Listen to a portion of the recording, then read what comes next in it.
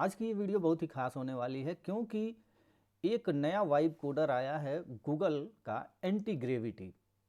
तो इसको आप लोग डाउनलोड कर लीजिएगा और डाउनलोड करने के बाद हम लोग इसका यूज करेंगे अपने एरर को फिक्स करने के लिए। तो हम स्टेप बाय स्टेप इस कोर्स में जो जो मैंने प्रोजेक्ट आप लोगों को शेयर किया है तो उसमें अगर कहीं भी एरर आता है तो उस एरर को किस तरह से हम लोग फिक्स करेंगे वो चीज़ें हम लोग सीखेंगे। पार्ट 7 में जो कंप्लीट बिल्ड वेबसाइट है, जो कार रेंटल की वेबसाइट है, वो आपको 7th पार्ट में मिल जाएगा। इसी तरह से इस कोर्स में मैंने जो जो डिस्कस किया है उसके फाइल्स आपको रिसोर्सेस में मिल जाएंगे। तो यहाँ से आप स्टार्ट कर सकते हैं सीखना। और मैंने 7th पार्ट में यहाँ पर जो है कि जो प्रोजेक्ट इसमें हम लोगों ने बनाया है उसका लिंक यहाँ पर मैंने दे रखा है। इसी तरह से यहाँ पर जो हम लोगों ने एडमिन पैनल सेपरेट बनाया हुआ है उसका भी लिंक मैंने यहाँ पर रिसोर्सेस में दे दिया है। इसी तरह हम लोगों ने डिजिटल मार्केटिंग की वेबसाइट बनाई है, उसका भी रिसोर्सेस में आपको लिंक मिल जाएगा। और जो ई कॉमर्स की वेबसाइट है उसका भी रिसोर्सेस में आपको लिंक मिल जाएगा। जो क्लाइंट ने हमें लेआउट प्रोवाइड किया था और जो एजुकेशनल वेबसाइट हमने बनाई थी उसका रिसोर्सेज का लिंक यहाँ पर आप लोगों को मिल जाएगा। इस कोर्स का मकसद ये है कि आप लोग किस तरह से फ्री टूल्स का यूज करके किसी भी टाइप की वेबसाइट बना पाएंगे। अगर इसको आप लोग सही तरह से समझ गए तो आप कुछ भी जो है अपने अकॉर्डिंग बना सकते हैं। सेम वे से जो है कि आप डिफरेंट तरीके की वेबसाइटें बना पाएंगे। अब जो है कि यहाँ पर हमने जो ई कॉमर्स की वेबसाइट बनाई थी तो इसमें हमने विंडसर्फ एआई का यूज किया था। सिमिलर वे से जो है कि गूगल का एंटी ग्रेविटी आया हुआ है, वो भी एक वाइब कोडर है। तो इसको हम लोग यूज करेंगे अपने किसी भी एरर को फिक्स करने के लिए। तो हम लोग चलते हैं 7th पार्ट में, कार रेंटल की जो हमारी वेबसाइट है। तो इसमें हम लोग क्या करेंगे, रिसोर्सेज में जाएंगे। एक एरर मैंने इसमें देखा था उसको हम लोग सॉल्व करेंगे और इस फाइल को हम लोग क्या करेंगे, अपने सी ड्राइव में जाएंगे और जैम्प में जाकर htdocs में इसको हम लोग कार रेंटल के नाम से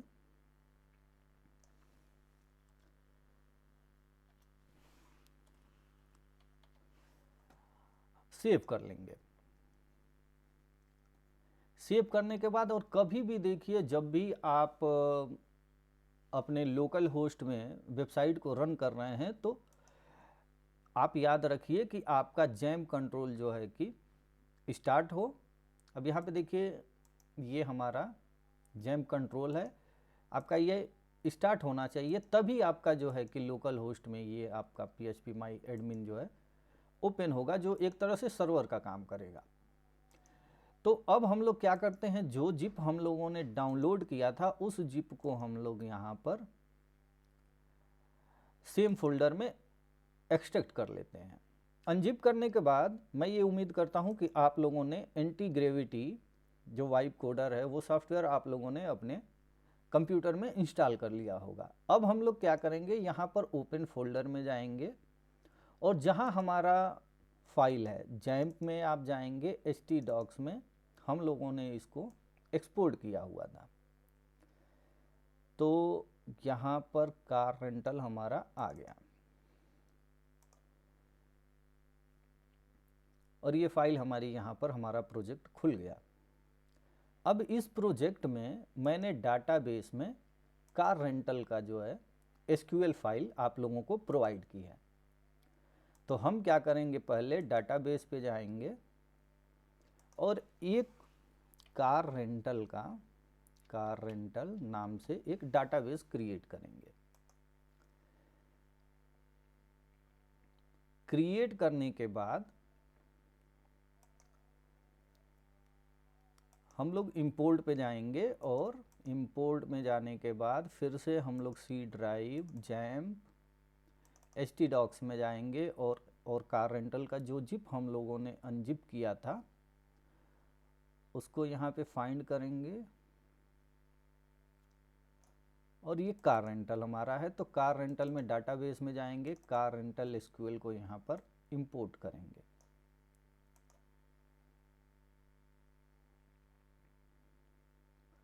अब इंपोर्ट करने के साथ साथ ये एरर हमारी वेबसाइट में, हमारे डाटाबेस को जब हमने इंपोर्ट किया तो ये एरर हमारा यहाँ पर आ गया। अब इस एरर को हम लोग किस तरह से फिक्स करेंगे? तो कार रेंटल, तो एंटी ग्रेविटी में आप यहाँ पे देखिए बगल में एजेंट खुला हुआ है, ये जो सेक्शन है। तो यहाँ पे प्लानिंग है, फास्ट, दो टाइप के इन्होंने जो है कि आप लोगों को ऑप्शन दे रखे हैं। प्लानिंग में वो काफ़ी डिटेल में उस पर डिस्कस करेगा, उसके बाद आपका कंफर्मेशन मांगेगा और फिर काम करेगा। फास्ट में वो agent will execute task directly. इसी तरह यहाँ पर जेमिनी है, जेमिनी प्रो है, जेमिनी 3 फ्लैश है, क्लाउड सोनेट है, और ये 2-3 और हैं। तो आप अपने अकॉर्डिंग किसी को भी सेलेक्ट कर सकते हैं। फिलहाल जेमिनी 3 प्रो हाई परफेक्ट है, क्लाउड सोनेट भी काफ़ी परफेक्ट है। तो आप कोई भी, मान लीजिए सपोज दैट एक नहीं काम कर रहा है, उसका लिमिट शायद ख़त्म हो गया हो अगर इन केस, तो इनमें स्विच कर सकते हैं। बाकी तो जेमिनी 3 प्रो ही काफ़ी है आप लोगों की प्रॉब्लम को सॉल्व करने के लिए। तो अब हम लोग क्या करेंगे, ये जो एरर हम लोगों ने यहाँ से कॉपी किया था, एंटी ग्रेविटी को दे देंगे चैट सेक्शन में, और उसके बाद @ आप जब क्लिक करेंगे तो फाइल के नेम आ जाएंगे। हमें क्या करना है, किस फाइल में एरर आ रहा है? तो हमारे एसक्यूएल फाइल में वो एरर आ रहा है, यहाँ पे वो एरर आ रहा है। तो इस एरर को कार रेंटल एसक्यूएल डाटाबेस को यहाँ पे दे देंगे, और ये फाइल हमारी अटैच हो गई इससे, और इसको बोलेंगे please fix this error in my car rental SQL, और इंटर मार देंगे। अब ये चीज़ जो है प्लानिंग में है, तो वो आपसे जो है कि पूरा एक इम्प्लीमेंटेशन प्लान देगा और सारा कुछ बता देगा कि कहाँ से प्रॉब्लम आ रही है, और उसको ये फिक्स करना चालू कर देगा। अब यहाँ पे ये सोच रहा है, इसको सोचने दीजिए। और चूंकि वो एरर बहुत माने नहीं रखता है, क्योंकि उसके बाद भी हमारा जो वेबसाइट है लोकल होस्ट कार रेंटल यहाँ पे खुलनी चालू हो जाएगी। तो फॉरेन की कंस्टेंट का जो है कि दिक्कत यहाँ पे थी, तो ये बहुत बड़ी कोई दिक्कत नहीं थी, वेबसाइट हमारी फुली फंक्शनल है। पर मैं चाहता हूँ कि ये एरर भी हमारा सॉल्व हो जाए, तो इसने ये एरर यहाँ पर सॉल्व कर दिया। अब हम लोग क्या करेंगे, एक बार ये पूरा जो है कि इसमें कंफर्म कर दे, फिर उस डाटाबेस को दोबारा इंपोर्ट करेंगे, और इसने हमारा ये फाइनल एसक्यूएल फाइल दे दी। तो अब हम दोबारा इसको क्या करेंगे, phpMyAdmin पे जाएंगे, डाटाबेस पे जाएंगे, और कार रेंटल के उस डाटाबेस को हम लोग यहाँ से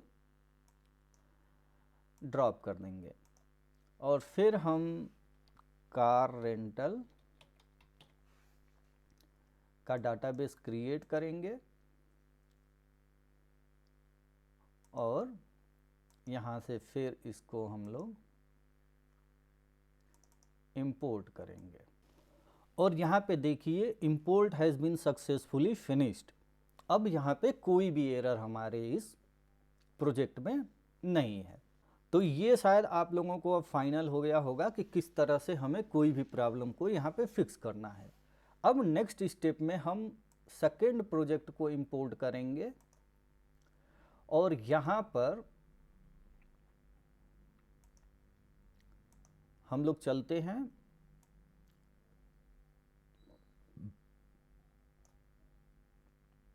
ई कॉमर्स वाली वेबसाइट पे, कुछ जो है हम लोग चेंजेस करेंगे।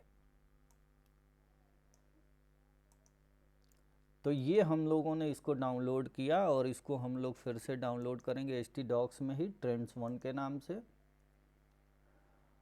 और ये सारी वर्किंग फाइल्स हैं, तो इसको यहाँ पर एक्सट्रैक्ट करेंगे, और Trends1 का जो है अब यहाँ पे हम नई फाइल को इंपोर्ट करेंगे, ये हमारा यस ट्रेंड्स1।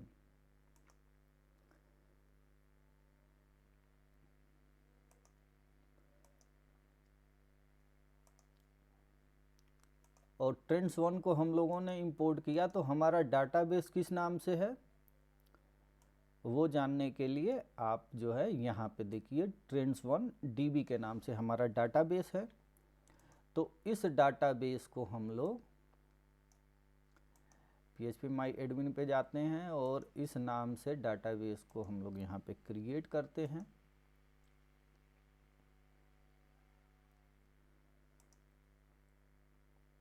और फिर यहाँ से हम लोग क्या करेंगे, इसको ट्रेंड्स1 नाम के फाइल में जाएंगे, est डाटाबेस यहाँ पे दिया गया है, इसको इंपोर्ट कर लेंगे।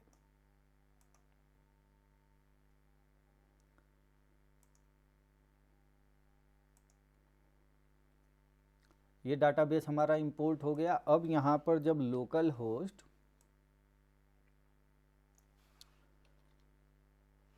ट्रेंड्स1 वेबसाइट ओपन करेंगे तो हमारी वेबसाइट यहाँ पर ओपन हो जाएगी। अब इसमें मेरा मेन गोल है कि मुझे ये सेक्शन जो है कि थोड़ा सा एट्रैक्टिव बनाना है। मान लीजिए यहाँ पे एक इमेज हो गया, हीरो सेक्शन एक परफेक्ट तरीके से दिखे, इसको रीडिजाइन करना है। तो उसके लिए हम लोग क्या करेंगे कि एक तो इसको हम लोग डाटाबेस का जो है हम लोग फाइल दे देते हैं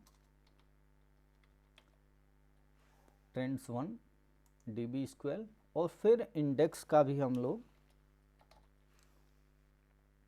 index.php फाइल भी अपनी दे देंगे। यहाँ पे देखिए हमारा इंडेक्स फाइल है। और मैं ये चाहता हूँ कि हमारा जो हीरो स्लाइडर है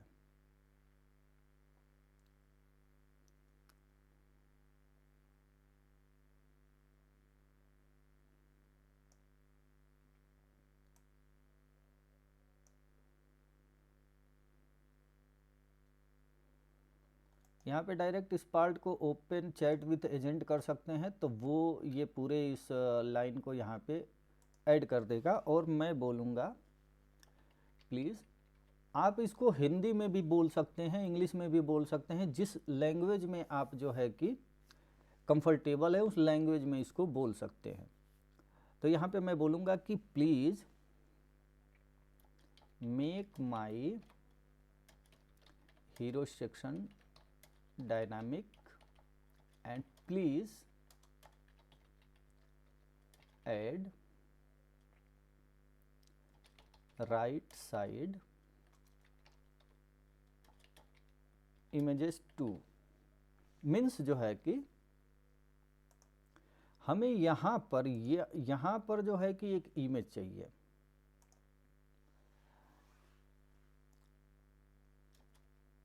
and make my hero section more perfect. तो अब ये इसको एनालाइज करेगा और उसके बाद हमारे हीरो स्लाइडर को एक परफेक्ट तरीके से बनाएगा। और साथ ही साथ हम लोग क्या करते हैं कि वो वहाँ पे प्लान कर रहा है, तब तक हम लोग इसको क्या करते हैं, एडमिन को लॉगिन कर लेते हैं। अच्छा, तो इंडेक्स पे जब आप जाएंगे तो यहाँ पे हमारा लॉगिन होगा। तो यहाँ पे मैंने आप लोगों के लिए क्रेडेंशियल दे रखा है, तो इसको यहाँ पर क्लिक करेंगे तो हमारा ये डैशबोर्ड खुल के आ जाएगा। और तब तक एंटी ग्रेविटी क्या किया है, implementing hero section update, I am creating a SQL file database hero setup SQL to create the hero banner table, it will also append this to। अब यहाँ पर इसने जो है कि यहाँ पर हम लोग क्या करेंगे, एक्सेप्ट करेंगे, और एक्सेप्ट करने के बाद ये हीरो सेटअप SQL बना दिया। इसको हम लोग क्या करेंगे, यहाँ पर इस टेबल को ले चलेंगे और यहाँ पर ट्रेंड्स1 DB में SQL पे जाकर आप इसको इंसर्ट कर देंगे और ये हमारा जो है कि फाइल बन के रेडी हो गई। अब इसको हम लोग देखते हैं कि यहाँ पे इम्प्लीमेंट किया है कि नहीं। तो अभी ये वर्क कर रहा है, इंडेक्स को हमारे अपडेट कर रहा है। तो अपडेट करने के बाद हमारा यहाँ पर शो करना चालू कर देगा। तो इसको अपडेट करने दीजिए और जब ये हीरो सेटअप, जब ये इंडेक्स में अपडेट कर देगा तो हम इसका एडमिन पार्ट भी बनाएंगे ताकि हीरो सेक्शन को हम लोग जो है डायनामिक बना लें। रिफ्रेश करके अब देखिए यहाँ पे इसने इसको इम्प्लीमेंट कर दिया। तो अब यहाँ पे इम्प्लीमेंट तो कर दिया, पर हम लोग अपडेट कैसे करेंगे। अब डाटाबेस में उस फाइल के नाम से हम लोग कोई इमेज बनाएंगे। अब मान लीजिए यहाँ पे hero fashion 2 JPG hero fashion 2.png बना दिया। तो हम लोग क्या करते हैं, फ्रीपिक वेबसाइट एक है, वहाँ से जाएंगे और हम लोग इमेजेस डाउनलोड कर लेंगे।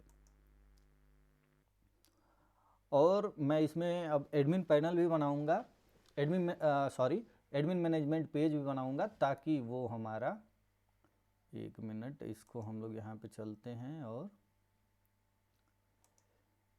फैशन से रिलेटेड कुछ जो है हम लोग इमेजेस डाउनलोड कर लेते हैं ताकि यहाँ पे दिखना वो चालू हो जाए। ओरिएंटेशन हम लोग लेते हैं इसमें हॉरिजेंटल, और ये इमेज हम लोग क्या करते हैं, डाउनलोड कर लेते हैं। और किस नाम से डाउनलोड करेंगे, हीरो फैशन 2.png। और कहाँ है ये, अपलोड में है, हीरो बैनर और 2png में। तो हम लोग क्या करेंगे, इसको डाउनलोड करेंगे और चलेंगे हम लोग कहाँ, ट्रेंड्स1 में अपलोड का फाइल है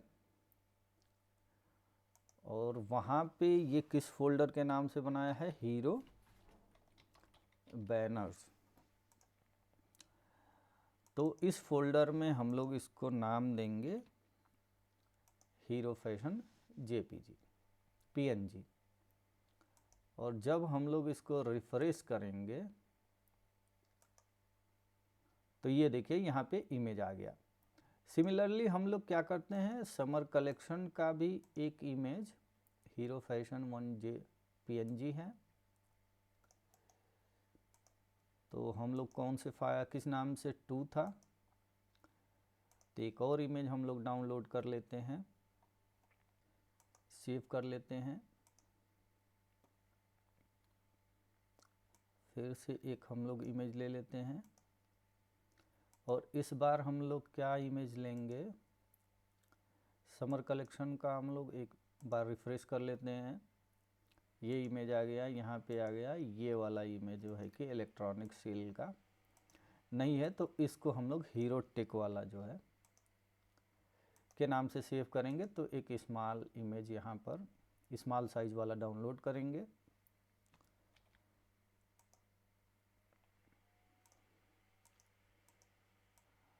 तो अब हमारा जो है हीरो सेक्शन भी यहाँ पे रेडी हो गया और ये टोटल डायनामिक है। अब हम लोग क्या करेंगे कि इसका एक एडमिन पेज बनाएंगे।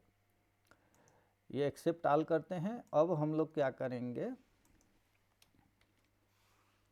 इसको साइड बार, क्योंकि हमें साइड बार में भी इंक्लूड में जब जाएंगे तो साइड बार में हमारे जो लिंक है, यहाँ एडमिन में देखिए यहाँ पे साइड बार में जो है, तो इसमें भी हम लोगों को हीरो सेक्शन को मैनेज करने के लिए वो लिंक लगाना पड़ेगा। तो इसको हम लोग बोलेंगे और एक रेफरेंस फाइल भी हम लोग यहाँ पे दे देंगे ताकि एक आइडिया इसको हो जाए कि किस तरह से हमारा मैनेजमेंट पेज काम करता है। तो चलिए ब्लॉग का ही एक सेक्शन हम लोग दे देते हैं इसमें, add blog post, add blog post PHP। एक एग्जाम्पल हम लोगों ने दे दिया और इसको बोला please create a management page to manage hero section and please ensure all CRUDs happens in same file। अब ये कहने का हमारा मतलब ये था कि इसने एक ब्लॉग पोस्ट को बनाने के लिए जो प्रीवियस प्रोजेक्ट था तो कई फाइलें उसमें बना दी ब्लॉग पोस्ट, क्योंकि उसमें कई कैटेगरीज और कई सारी चीज़ें थी तो मैंडेटरी था बनाना उसको। पर मैं ये चाहता हूँ कि सिंगल फाइल में हमारा एडिट, अपडेट, ऐड सब कुछ जो है कि काम करे। क्रूड का मतलब होता है कि क्रिएट, रीड, अपडेट, डिलीट, मतलब सारा कुछ जो है सेम फाइल में काम करे। तो इसको हम लोगों ने बोल दिया और ये जो है कि इंटर मारा मैंने, और ये अब उस डिजाइन कंसिस्टेंसी को ध्यान में रखते हुए हमारा एक एडमिन पेज बना देगा और साइड बार में भी हमें वो मैनेजमेंट पेज ऐड करके दे देगा। अब वो सारी चीज़ें जो है कि एनालाइज कर रहा है, एनालाइज करने के बाद वो हमारा अपडेट यहाँ पर कर देगा। Accept all. अब हम लोग देखते हैं कि यहाँ पर इसने फाइल बनाया है कि नहीं हीरो सेक्शन को मैनेज करने के लिए। तो हीरो बैनर PHP इसने बना दिया है यहाँ पर, हाँ हीरो बैनर यहाँ पर इसने बना दिया। अब आप देख रहे हैं जो फाइलें हम लोगों ने यहाँ पे डाउनलोड की थी उसका जो है एडमिन पैनल में शो कर रहा है। तो अब यहाँ से आप अपने बैनर को अपडेट कर सकते हैं, एडिट कर सकते हैं बड़े ही आसानी से, और वो यहाँ पर डिस्प्ले होगा। इसी तरह से ईच एंड एवरी पार्ट को आप अपने अकॉर्डिंग मॉडिफाई कर सकते हैं। तो आशा करता हूँ कि आप लोगों को एक आइडिया हो गया होगा कि किस तरह से एक डायनामिक वेबसाइट बनाई जाती है, किस तरह से हम लोग किसी भी प्रॉब्लम को फिक्स करेंगे,